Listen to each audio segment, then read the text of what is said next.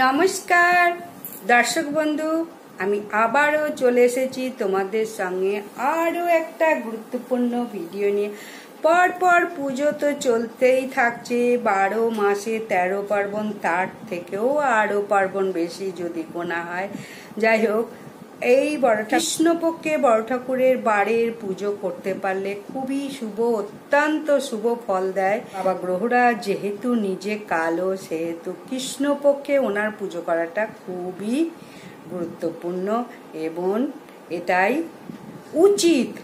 তাই এরপরে চলে আসছি কৌশিকী অমাবস্যা।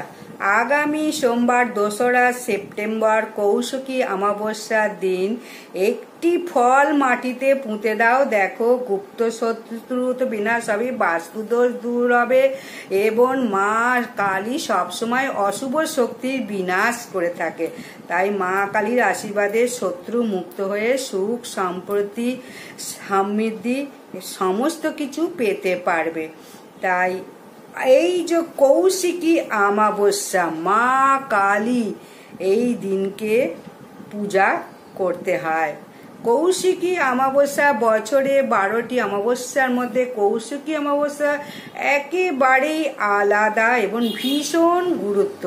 প্রতি বছর এই দিনে বিভিন্ন শক্তিপীঠে, তারাপীঠ, বক্রেশ্বর ভক্ত লেগেই থাকে। বিশেষ করে এই দিনে দেবী মায়ের কাছে প্রার্থনা করলে তিনি খালি হাতে কখনো ফেরান না।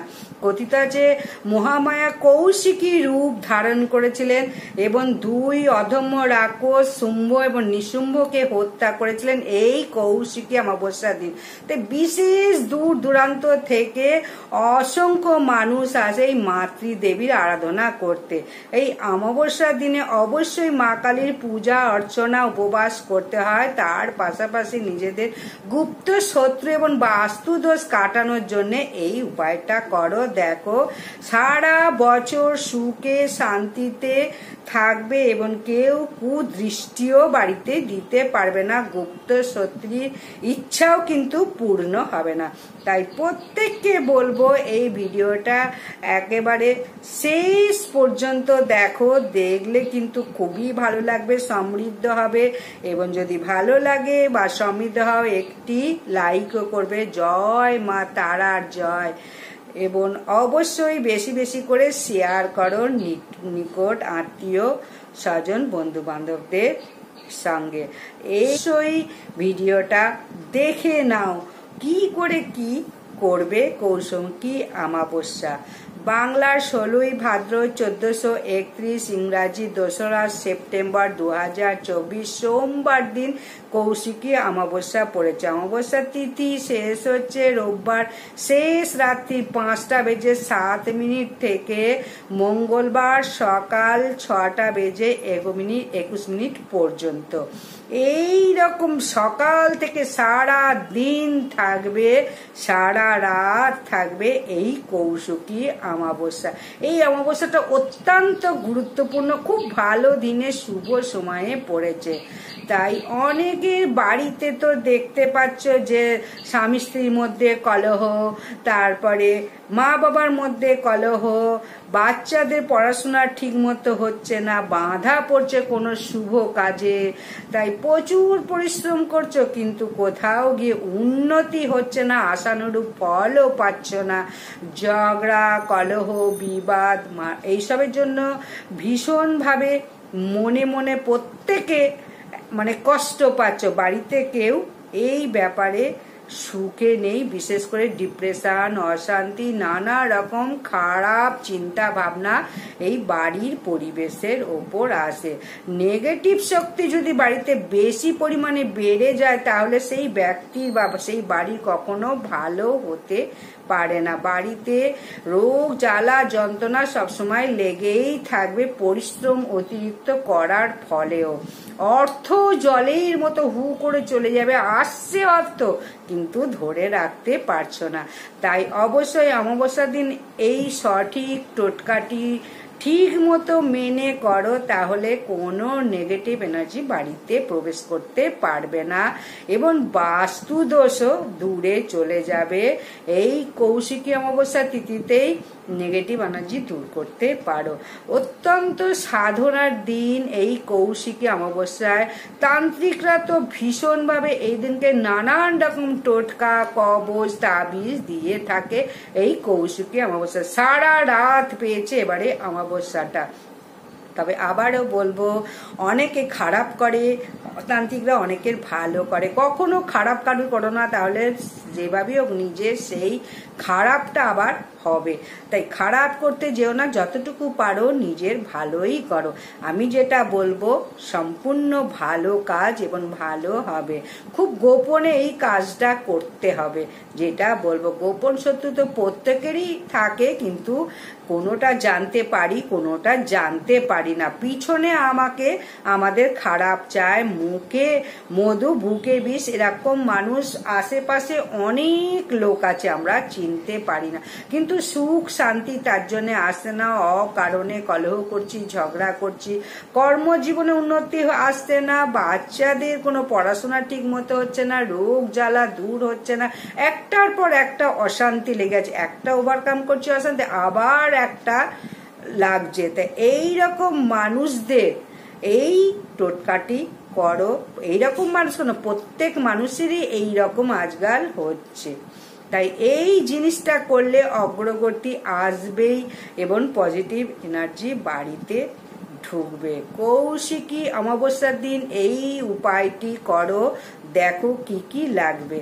একটা কিন্তু প্রথমেই বলবো, পাতি লেবু নিয়ে এসে, একদম নিখুঁত পাতি লেবু এবং সবুজ রং, কোনো হলুদ না। সকালবেলা বাজার থেকে পাতি লেবু নিয়ে এসো। বাড়িতে থাকলেও সে বাড়ি থেকে নেবে না বা গাছ থেকে নেবে না। লেবুটাকে খুব ভালো করে শুদ্ধ করে ঠাকুর ঘরে নিয়ে যাবে, গঙ্গা জলে শুদ্ধ করে নেবে এবং এই ঠাকুর ঘরে সিঁদুর থেকে 3টে দাগ করবে। দাগ কাটার সময় মনে মনে মা তারাকে স্মরণ করে বলবে, মা তারার জয়, মা কামাখ্যা দেবীর জয়, মা তারা পীঠের দেবীর জয়। এইরকম বলে বলে এই লেবুটিকে 3টে লম্বালম্বি ভাবে দাগ কাটো। তারপরে সেই লেবুটি মা তারার চরণে লিখে দাও। ঠাকুর ঘরে যদি মা তারার কোনো আলেখ্য যদি না থাকে, তাহলে মা কালীর যে আলেখ্য আছে তার চরণে এই লেবুটা লিখে দাও। এবং মা তারা বা মা কালী যদি না থাকে, মাতৃশক্তির যে বিগ্রহ আছে তার চরণেই লিখে দাও এই লেবুটা। এরপরে কৌশিকী অমাবস্যার দিন মা কালীর পুজো তো অবশ্যই করবে এবং চরণে রাখার সময় মনে মনে প্রার্থনা করবে, আমার যে যারা গুপ্ত শত্রু আছে তাদের যেন বিনাশ হয়, তাদের কোনো রকম ইচ্ছা যেন পূরণ না হয়। মা তারার পূজার সঙ্গে সঙ্গে এই মনের ইচ্ছা, মনের কথাটা জানাবে। তারপরে সেই লেবুটা সারা দিন সারা রাত পূর্ণ অমাবস্যা ঠাকুর ঘরে থাকবে। ঠিক পরের দিন সূর্যোদয়ের সূর্যোদয় যখন উঠবে, তখন সেই লেবুটা নিয়ে 4 মাথার মোড়ে লেবুটাকে রাখবে, ফেলে দেবে। যাবার সময় কারোর সঙ্গে কথা বলবে না, আসার সময়ও কোনো কারোর সঙ্গে কথা বলবে না, সেখানে রেখে দিয়ে আসবে 4 মাথায়।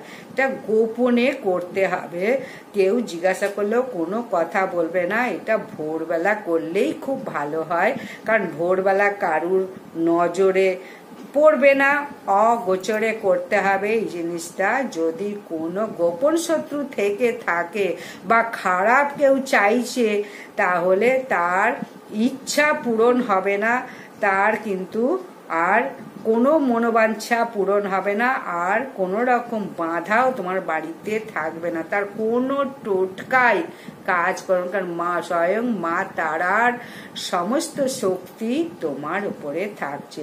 তাহলে যত গুপ্ত শত্রু আছে বা নেগেটিভ এনার্জি আছে, বাস্তুদোষ আছে, সমস্ত কেটে যাবে। কৌশিকী অমাবস্যার দিন কিন্তু অবশ্যই এটার সাথে সাথে বলবো, পরিষ্কার ঝকঝকে তকতকে রাখো। সব সময় মা লক্ষ্মী বলো, মা কালী বলো, যে কোনো পুজো আর্চনা পরিষ্কার পরিচ্ছন্নতা আগে দরকার।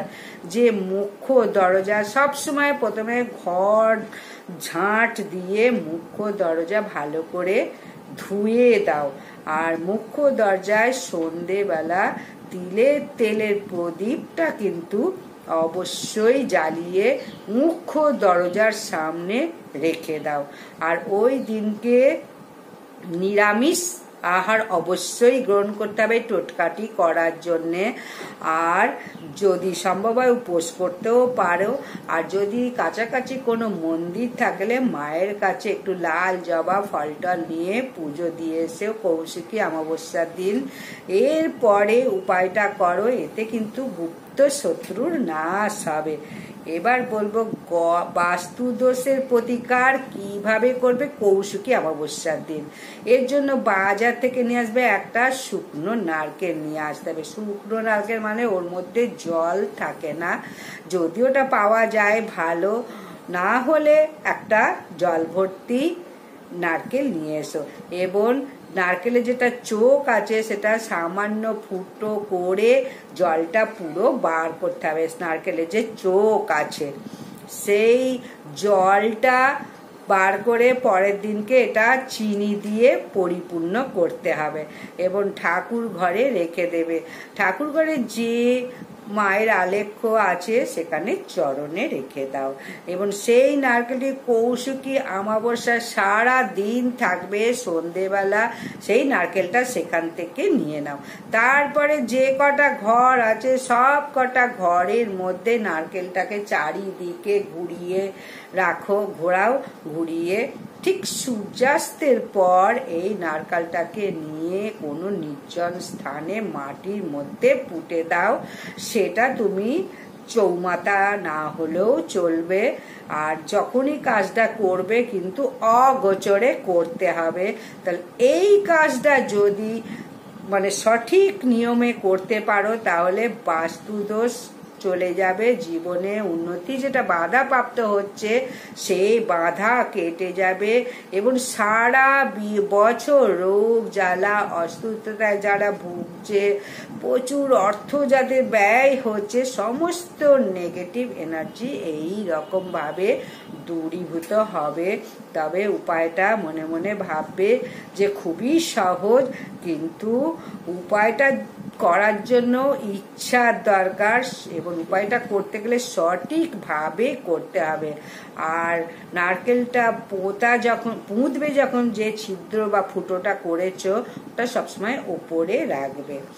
আর এর এই পাতি লেবু দিয়েও আরো একটা টোটকা করা যায়। যাই হোক, এই দুটি উপায় একসঙ্গে করবে না, যেটা বেশি প্রয়োজন সেটাই কিন্তু করো, যে কোনো একটা। তবে যেটাই করো সাবধানের সঙ্গে করো, অগোচরে করো, লোকে যেন দেখতে না পায়। এই উপায়টা যদি সঠিকভাবে করতে পারো তাহলে কিন্তু পুরোপুরি ফল পাবে। এবং যদি ফল পাও অবশ্যই আমাকে জানাবে কমেন্ট করে ভিডিওটা। আশা করছি ভালো লেগেছে। ভালো লাগলে লাইক, সাবস্ক্রাইব, শেয়ার করে দাও এবং নতুন যদি হও অবশ্যই সাবস্ক্রাইব করে দাও, তাহলে নোটিফিকেশন চলে যাবে। সাবস্ক্রাইব না করলে কিন্তু নোটিফিকেশন যাবে না। এই কৌশিকী অমাবস্যাটা এবারে খুব সুন্দর সময় পড়েছে। তান্ত্রিকরা তো ভীষণভাবে অনেক কাজই করবে, তান্ত্রিকরা খারাপ কাজও করে, ভালো কাজও করে। এখন যে কাজ সবসময় বলবো আবারও যে কাজটাই করো ভালো কাজ করো, ভালো কাজের ভালো ফল আছে। তাহলে নমস্কার, বিদায়।